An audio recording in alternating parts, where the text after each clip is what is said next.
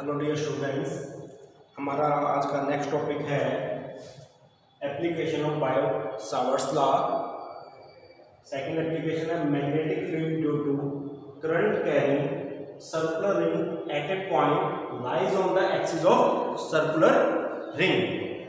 हम यहाँ पर क्या कंसीडर करेंगे कि हमारे पास सर्कुलर रिंग है और ये क्या है, इसका जो प्लेन ऑफ रिंग है वो प्लेन ऑफ बोर्ड से आउट नॉर्मल की तरफ है, मीन्स इस तरह से।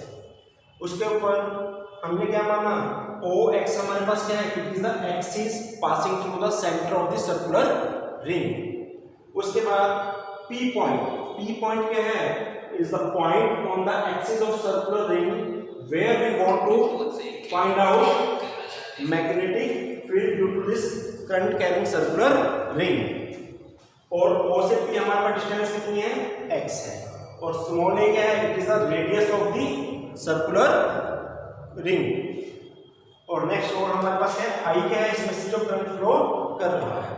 अब हमने क्या करना है, बायो-सावर्ट्स लॉ लगा के पी पॉइंट पर कितनी टोटल मैग्नेटिक फील्ड प्रोड्यूस होती है उसको फाइंड आउट करना है। इसमें हमें क्या बायो-सावर्ट्स लॉ लगाना है, तो हमें क्या चाहिए, स्मॉल करंट एलिमेंट्स चाहिए। इस केस में हम यहाँ पर क्या करेंगे, diametrically opposite means upper part पर और लोअर पार्ट पर दो स्मॉल करंट एलिमेंट को चूज कर लेंगे। तो मान लेते हैं ये पॉइंट ए है, इसके यहाँ पर हमारे पास small current element, first current element कितना है, IDL1। इसके डायमेट्रिकली अपोजिट दूसरा एलिमेंट कितना है, IDL2। तो हम क्या करेंगे, इन दो स्मॉल एलिमेंट की वजह से पहले स्मॉल मैग्नेटिक फील्ड निकाल लेंगे, उसके बाद उसको क्या करेंगे, इंटीग्रेट करके टोटल करेंगे। तो हमने क्या कंसीडर किया, consider IDL1 and IDL2 are the small current elements diametrically opposite to each other। अब हम क्या करेंगे, Biot Savart's law small magnetic field at P due to the IDL1 means पहले इस स्मॉल करंट एलिमेंट की वजह से P पॉइंट पर मैग्नेटिक फील्ड कितनी होगी, dB होगी, dB1 होगी। और ये कितनी होगी हमारे पास, it is equal to mu not by 4 pi IDL1 sin 90 divide by AP square. AP यहाँ पर क्या है, R है, क्योंकि यहाँ करंट एलिमेंट और P पॉइंट के बीच की डिस्टेंस कितनी है, R। और R किसके बराबर हो गया हमारे पास, AO square plus OP square means A square plus X square all of the under root means perpendicular square plus base square is equal to hypotenuse square. तो हमारे पास AB की डिस्टेंस कितनी होगी, R। तो यहाँ पर हम AB की जगह क्या पुट कर सकते हैं, A square plus X square all of the under root, उसका स्क्वायर करेंगे तो अंडर रूट हट जाएगा। उसके बाद यहाँ पर sin 90 लगाया। 90 क्या होता है, यहाँ पर थीटा था, तो थीटा क्या होता है, it is the angle between current element and the separation. यहाँ पर हमारा रिंग ऐसे है, इस तरह से आउट ऑफ द प्लेन है और ये एलिमेंट इस तरह से है, तो यहाँ पर इन दोनों के बीच में एंगल कितना बनेगा, 90 डिग्री। तो यहाँ पर हमने क्या लगाया, इसको sin 90। सिमिलरली अब हम मैग्नेटिक फील्ड किसके वजह से निकालेंगे, similarly magnetic field due to the small current element IDL2 is dB2। वो भी कितनी होगी, म्यू नॉट IDL2 बाय 4 पाई। ये डिस्टेंस भी हमारे पास किसके बराबर होगी, AP के इक्वल होगी। तो हमने यहाँ पर सीधा क्या लिखा, A square plus X square और यहाँ पर फिर क्या आ जाएगा, sin 90 आ जाएगा। अब हमारे पास जो नेक्स्ट है कि जो dB1 और dB2 की जो डायरेक्शन है वो क्या होगी, इस AP के परपेंडिकुलर होगी। ये हमने कहाँ पर पढ़ा था, बायो-सावर्ट्स लॉ में। क्योंकि बायो-सावर्ट्स लॉ हम कैसे यूज कर सकते हैं, dB is equal to mu not by 4 pi IDL sin theta by R square. Vector form में इसको हम कैसे लिख सकते हैं, dB vector is equal to mu not by 4 pi IDL cross R vector divide by R2। ये हमारे पास क्या थी, बायो-सावर्ट्स लॉ की वेक्टर फॉर्म थी। मींस हमने क्या किया, क्योंकि थीटा किसके बीच में है, R वेक्टर और DL के बीच में है, तो इसको हम क्रॉस प्रोडक्ट में यूज कर सकते हैं। और क्रॉस प्रोडक्ट में हमने पढ़ा था कि जो dB वेक्टर होगा वो DL और R के परपेंडिकुलर होगा। तो यहाँ पर हमारे जो dB1 की डायरेक्शन है इस R के और DL के क्या होगी, परपेंडिकुलर होगी, तो ये dB1 की डायरेक्शन होगी और सिमिलरली ये क्या होगी हमारे पास dB2 की डायरेक्शन होगी। तो यहाँ पर हमने dB1 और dB2 का मैग्नीट्यूड निकाल लिया प्लस डायरेक्शन हमने शो कर दी। dB1 की डायरेक्शन इस AP के परपेंडिकुलर होगी, सिमिलरली dB2 की डायरेक्शन क्या होगी, इस A' के परपेंडिकुलर होगी। ठीक है, now we resolve the dB1 and dB2 into the rectangular component along the x-axis and the y-axis। यहाँ पर हमारे पास ये dB1 है, अगर हम y-axis को खींचते हैं तो एंगल कितना होगा फाई, जो इस एंगल फाई के इक्वल होगा। इसी तरह यहाँ पर dB1, dB2 और y' के बीच में एंगल कितना होगा फाई होगा। अब हमने क्या किया, dB1 को y-axis और x-axis के ऊपर रेक्टेंगुलर कंपोनेंट में रिजॉल्व किया। ये कंपोनेंट कितना होगा dB1 cos फाई और ये कंपोनेंट कितना होगा dB1 sin phi. Similarly dB2 को रेक्टेंगुलर कंपोनेंट में तोड़ा तो x एक्सिस का लॉन्ग कितना आएगा dB2 sin फाई और y एक्सिस की तरफ कितना आएगा dB2 cos फाई।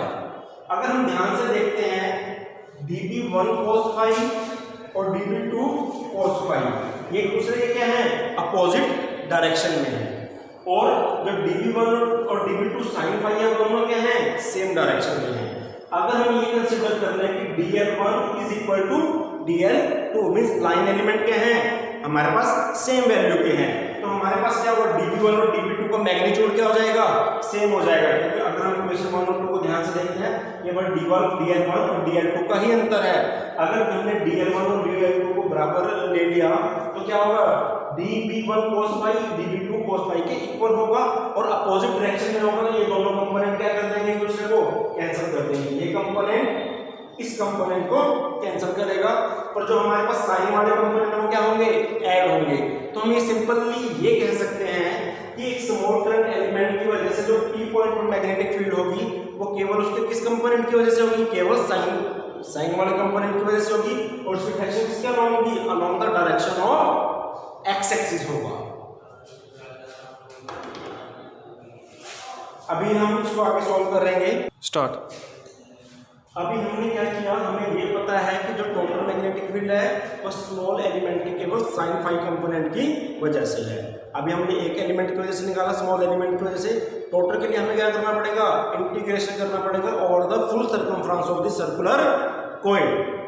तो हम क्या करते हैं, total magnetic field at P will be, तो टोटल मैग्नेटिक फील्ड B कितनी होगी, जो हमारे पास स्मॉल की वजह से कितने dB1 sin फाई है उसका मैंने इंटीग्रेशन करना है और the circumference of the circular coil.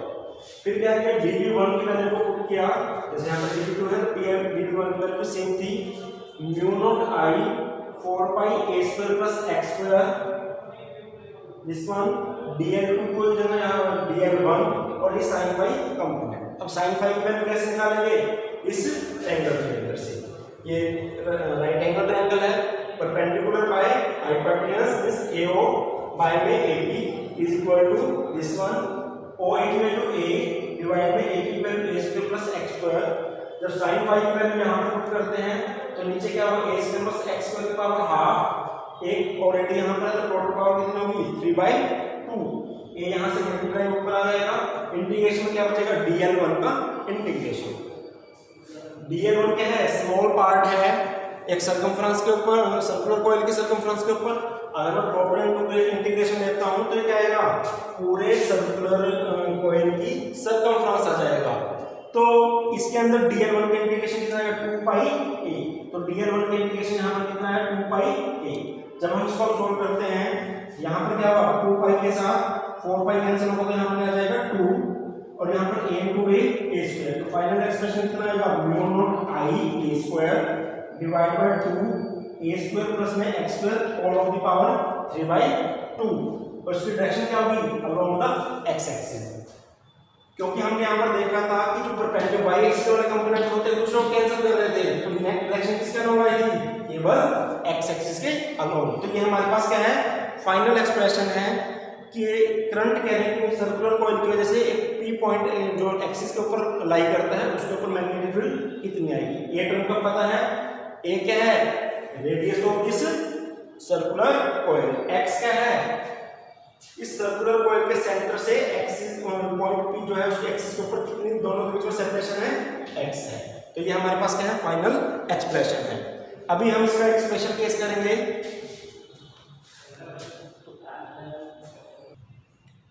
Next हमारे पास इसका है स्पेशल केस। स्पेशल केस में क्या है, हम मान लेते हैं जो पी पॉइंट है वो कहां पर आ जाए, centre of the circular coil. Means ये पी पॉइंट कहां पर आ जाए, O के ऊपर आ जाए। अगर ये पी O के ऊपर आएगा तो क्या होगा, x इज इक्वल टू 0। और हमें जो फाइनल एक्सप्रेशन क्वेश्चन नंबर 5 आई उसमें x की जगह 0 को पुट करते हैं, तो यहां पर क्या आएगा, mu naught i a square 2 a square plus x की जगह 0 पुट किया, पावर 3/2 कितना है, mu naught i a square 2 a cube square के साथ 1/2 यहां से कैंसिल होगा, तो net a cube a square के साथ a क्यूब कैंसिल होगा, तो नीचे a बचेगा। फाइनल एक्सप्रेशन कितना है हमारे पास, म्यू नॉट i/2a। ये इसका स्पेशल केस है। इसमें हम ये एप्लीकेशंस में भी यूज ले सकते हैं कि this is the magnetic field at the centre of current carrying circular coil. इसको हम अलग से भी कर सकते हैं और उसका स्पेशल केस बना के भी कर सकते हैं। Thank you.